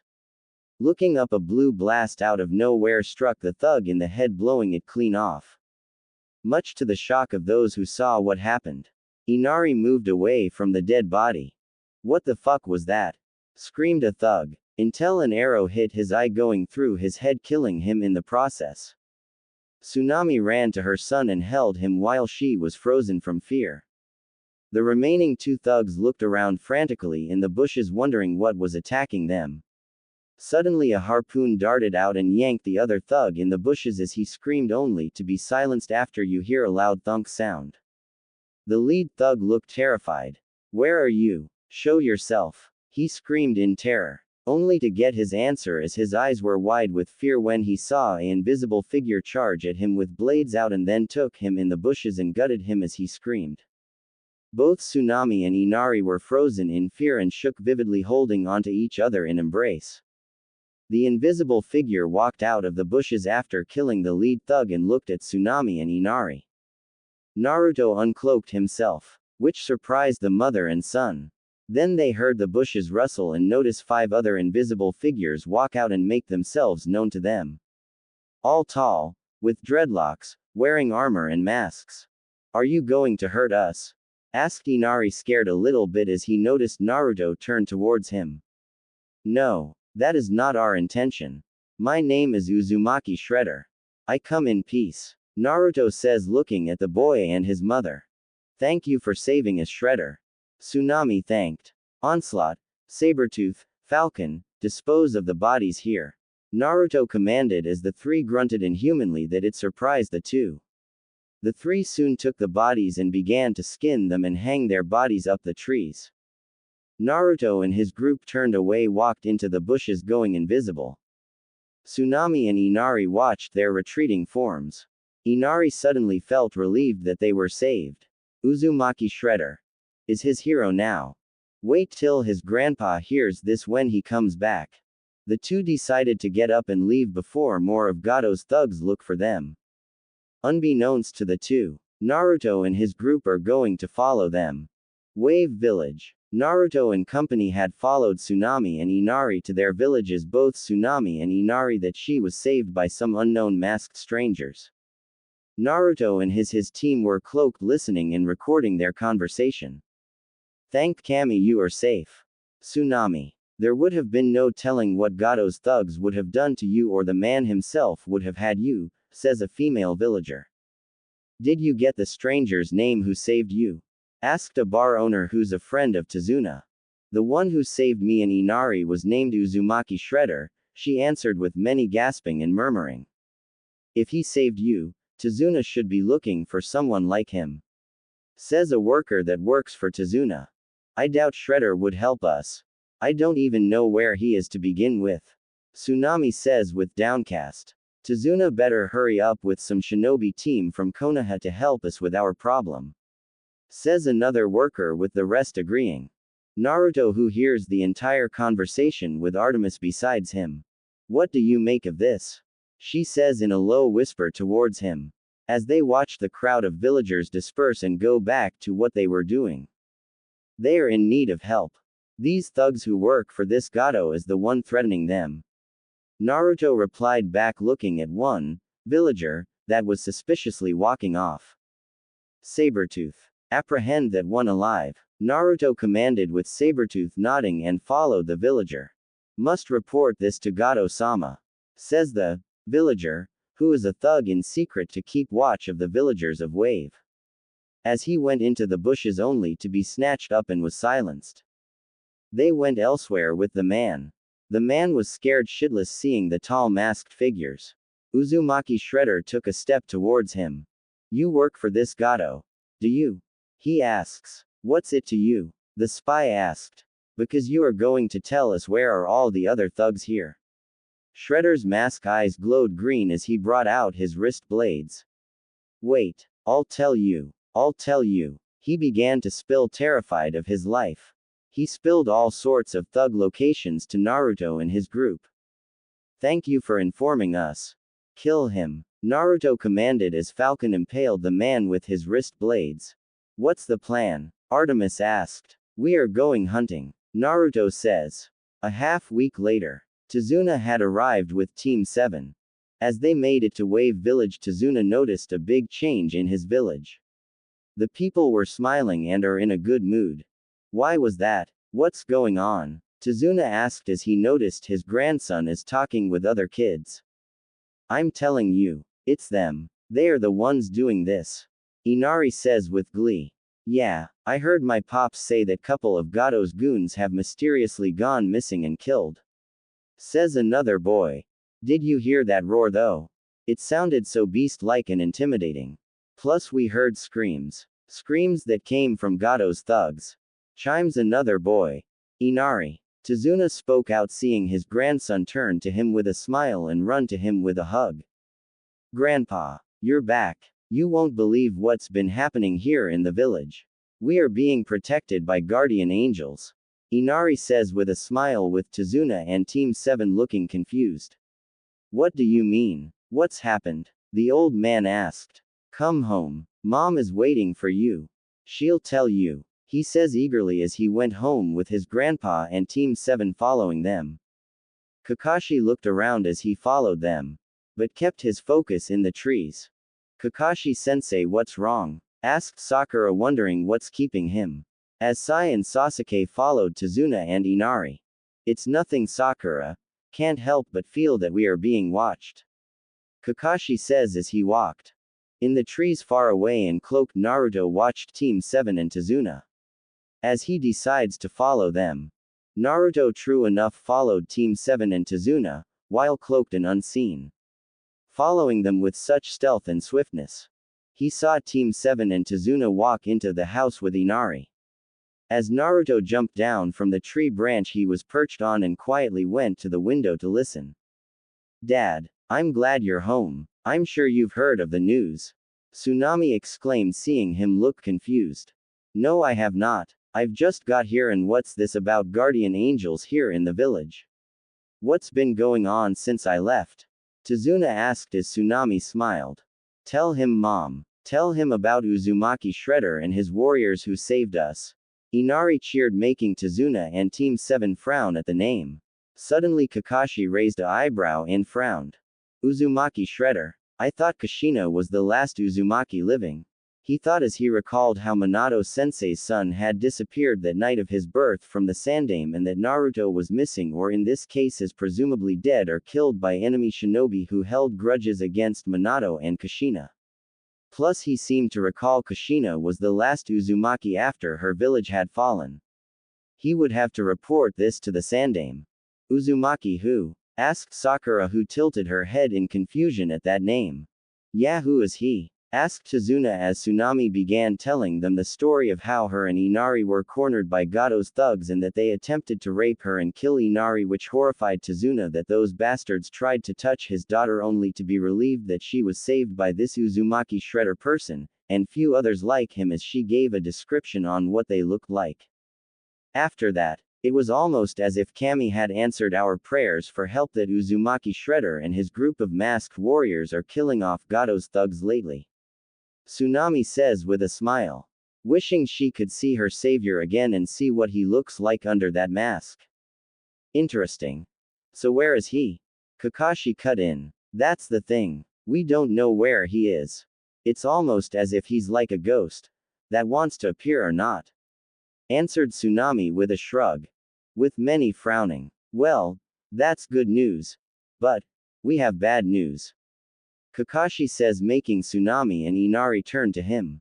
What do you mean? She asked. Apparently, Zabuza is still alive. That hunter Nin with him was his accomplice. We may have to stay sharp. Kakashi warns. Who is that? Inari asked. Zabuza is a member of the 7 Swordsmen of the Mist. And it seems that Gato has hired him to kill Tazuna. Kakashi replied. Naruto, who was outside listening, frowned as he heard of this Zabuza. It seems he will need to interrogate another thug to see who is this Zabuza. Well, team, rest up and unpack. We got plenty of work to do. I'm going to see if I can call for backup. Kakashi says. Backup? I'm sure Uzumaki Shredder can help. Inari chimes in. I don't know. We never seen or heard of this Uzumaki Shredder before. We don't know if he's friend or foe. Kakashi says, walking out the door. Kakashi summoned Pakun. Naruto was now in the trees. What's up, Kakashi? Pakun says. I'm going to write a letter to Hokage-sama that we are in need of backup. Zabuza is still alive and, he says, but noticed Pakun get a whiff in the air. What's wrong? He asked. I smell blood. The dog answered as he led the way with Kakashi following him. Once they got there, Kakashi looked up and saw blood dripping from the trees. He leapt up there to get a look with Pakun following him. As he got to the top, his eye widened and his expression turned green at the sight before him. He found 4 skinned bodies, with no heads or spinal cords. Oh my Kami, not this again. He muttered, still looking green. As he recalled this, he remembers going on a mission with Kushina once and saw something similar to this. And it terrified him. Kakashi. I smell 3 unusual scents. Pakun told him. What could have done this, Kakashi? Pakun asked. I don't know, but I've heard rumors, from what I remembered. Going on a mission with Kushina. And seen something like this before. He said as he remembered showing this to Kushina before. It was during the time of the Third Shinobi War. They were attacking a Iowa outpost. After they got there, they found several bodies up in trees hanged with no heads, or spinal cords. He wasn't aware that Kushina had friends on the other side, helping her and protecting her on her missions. I'm going to write a message to Hokage-sama ASAP. That we need help like right now. Because there's no telling what we're up against. Gato and Zabuza aren't the only two we should be worried about. He says, quickly pulling out a note and write a message and then seals it in a scroll to give to Pakun. Take it to Hokage-sama. He says with the dog nodding and poofed in smoke to deliver the message to the Sandaime as he looked at the skinned headless bodies, wondering what on earth did this, whatever did this was no man, or shinobi.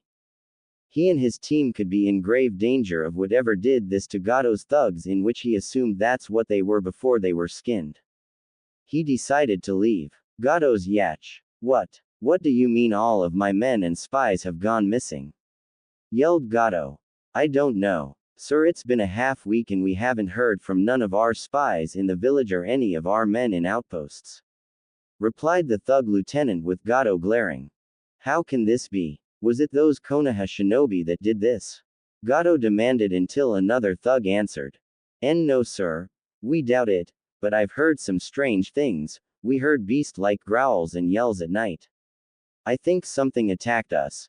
Something more animal-like, chimes in another thug. Don't be ridiculous. What animal makes people vanish? Gato snapped.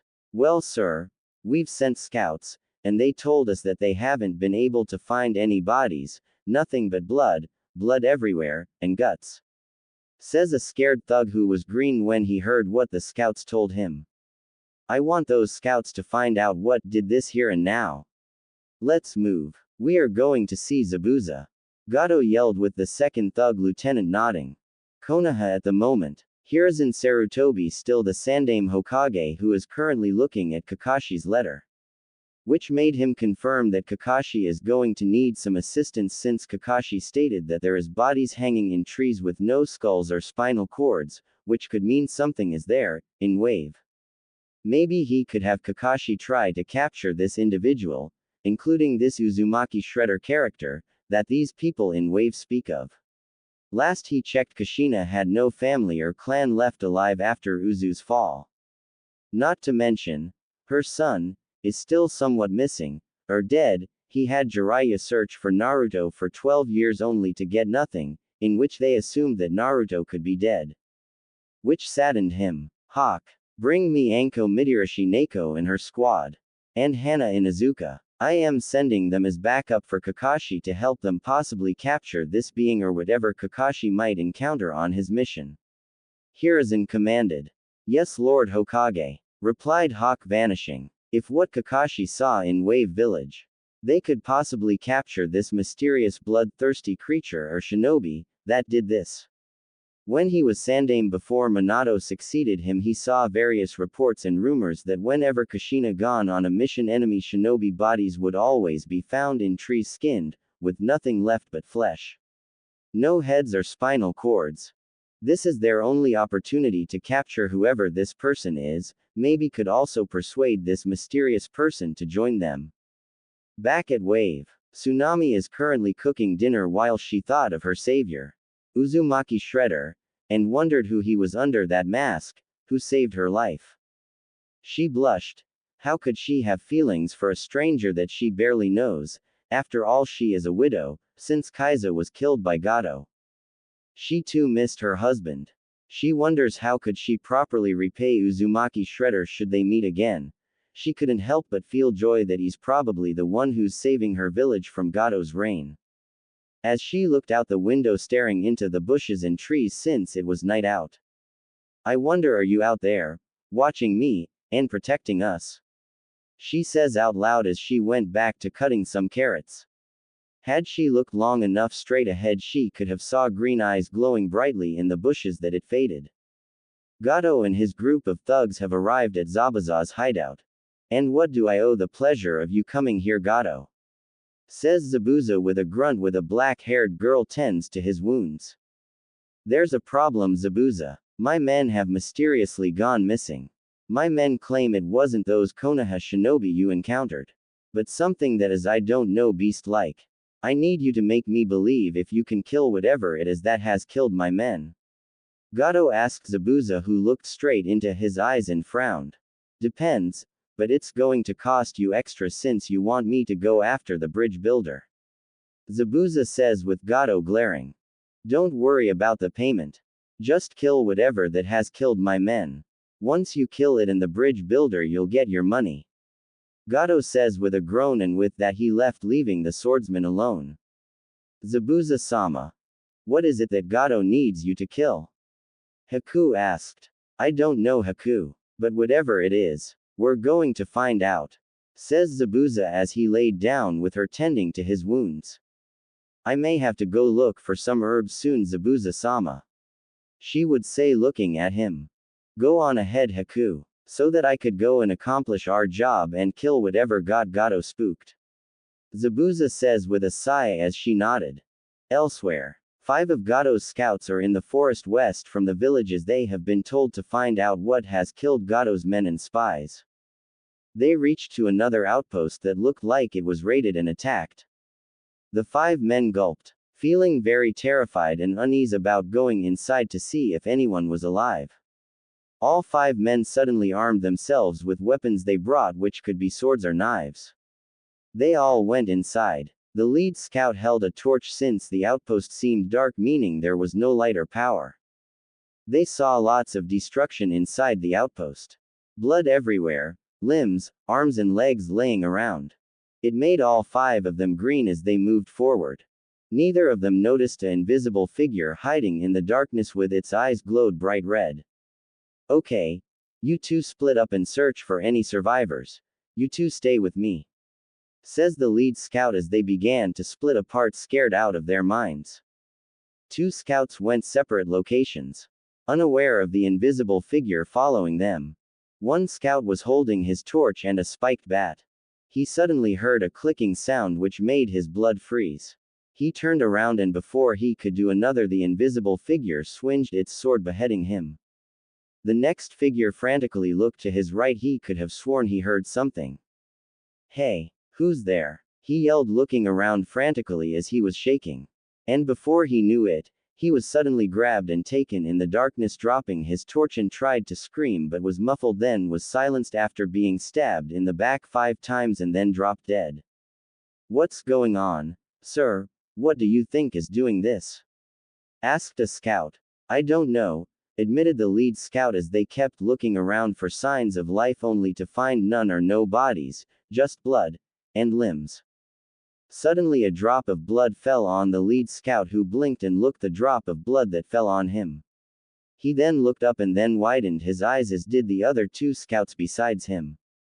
And what they saw was skinned headless bodies. 8 bodies hanged up as the 3 suddenly pissed their pants. My Kami. What the hell did this? Shouted another scout, very terrified. Before the lead scout could answer him, they heard growling as they turned to the source of it. The 3rd scout suddenly had his head blown off by a blue blast.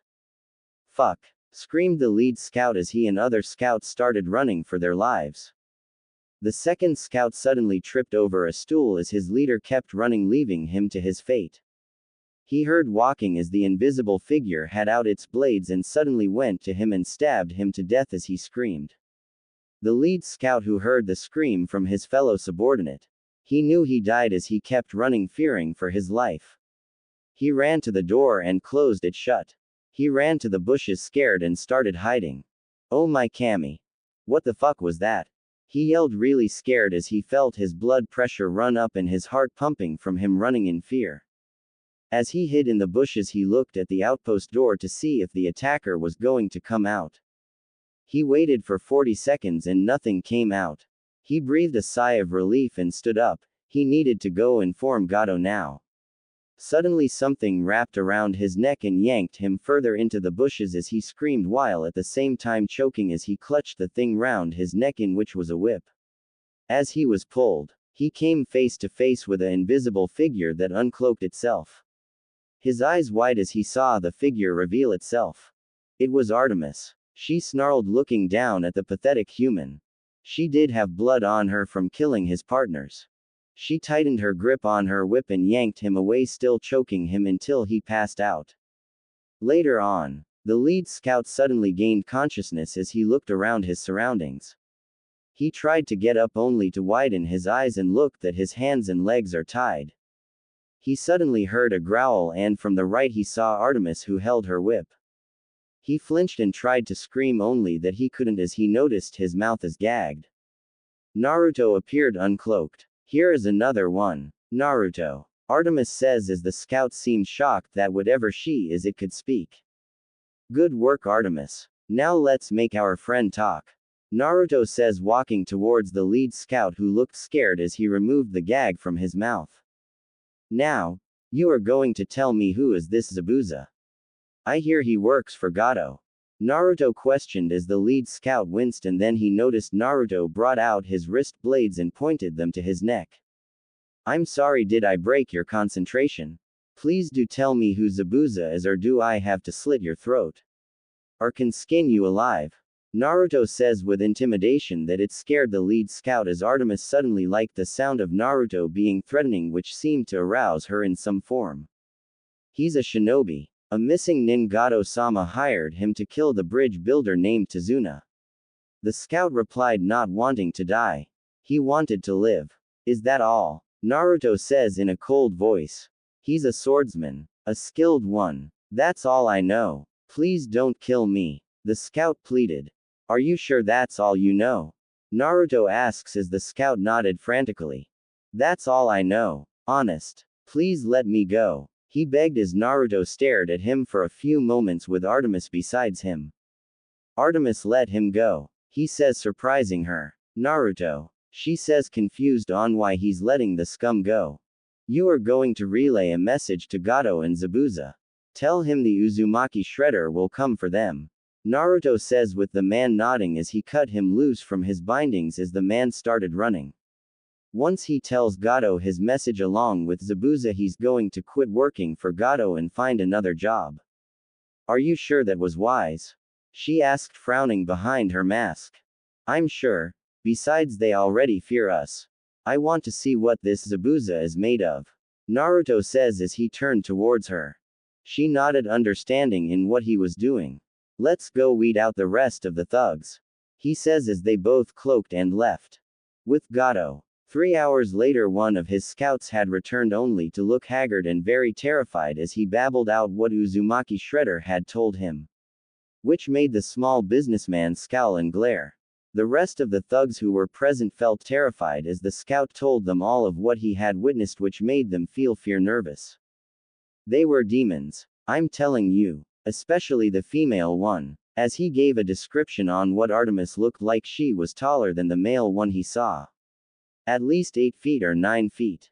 And you guys claim that the female Yautja are taller than the male ones, so Artemis is 9 feet tall. Be quiet. Just go and tell Zabuza exactly what he's up against. Hissed Gato to the lead scout, who nodded. Though on the inside Gato did feel slightly afraid of what his scout had told him. Just what in Kami's name made Uzumaki Shredder and this female masked being? 2 days later. Anko, Hana Inazuka and Yugao Uzaki along with her squad of Anbu arrived in Wave to see what Kakashi is dealing with. So what's this in needing help, Kakashi? Normally this doesn't sound like you. Anko says with him sighing. Follow me and I'll show you why.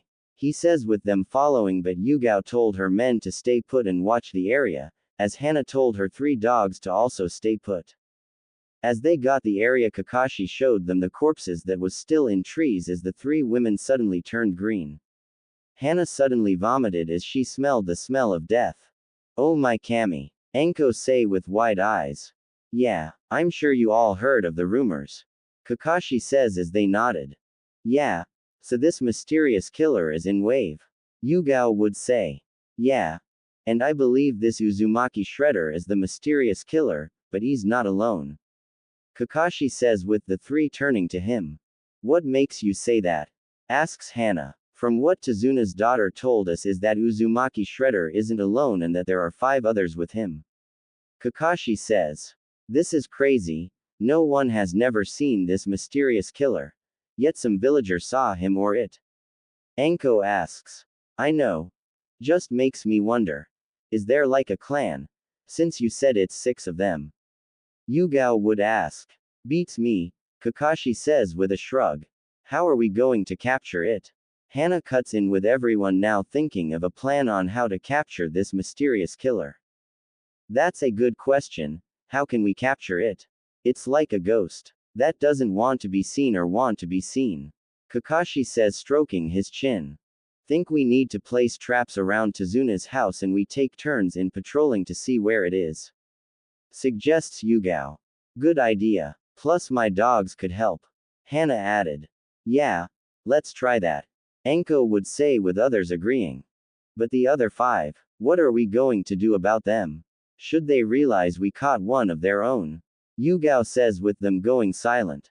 Yeah, if one mysterious killer was enough, the other 5 could be much worse.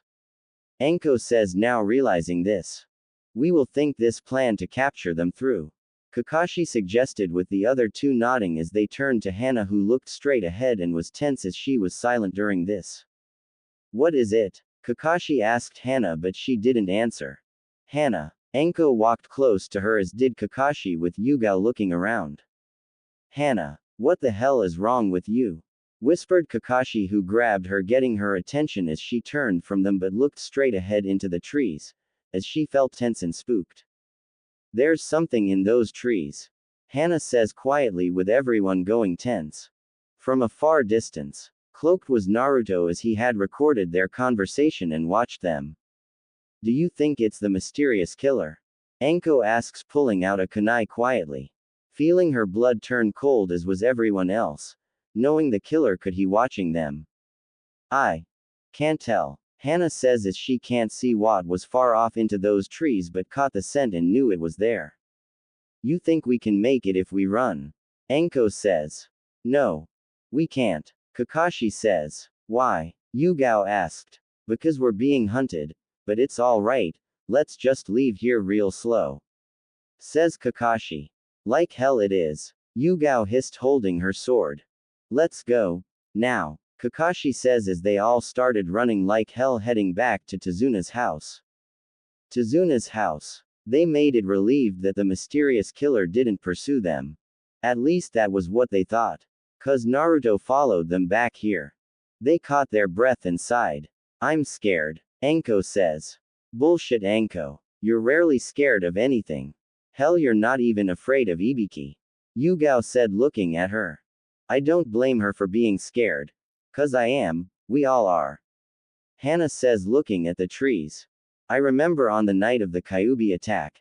A few of our clan members were searching for something and they found bodies hanged in trees with no heads or spinal cords.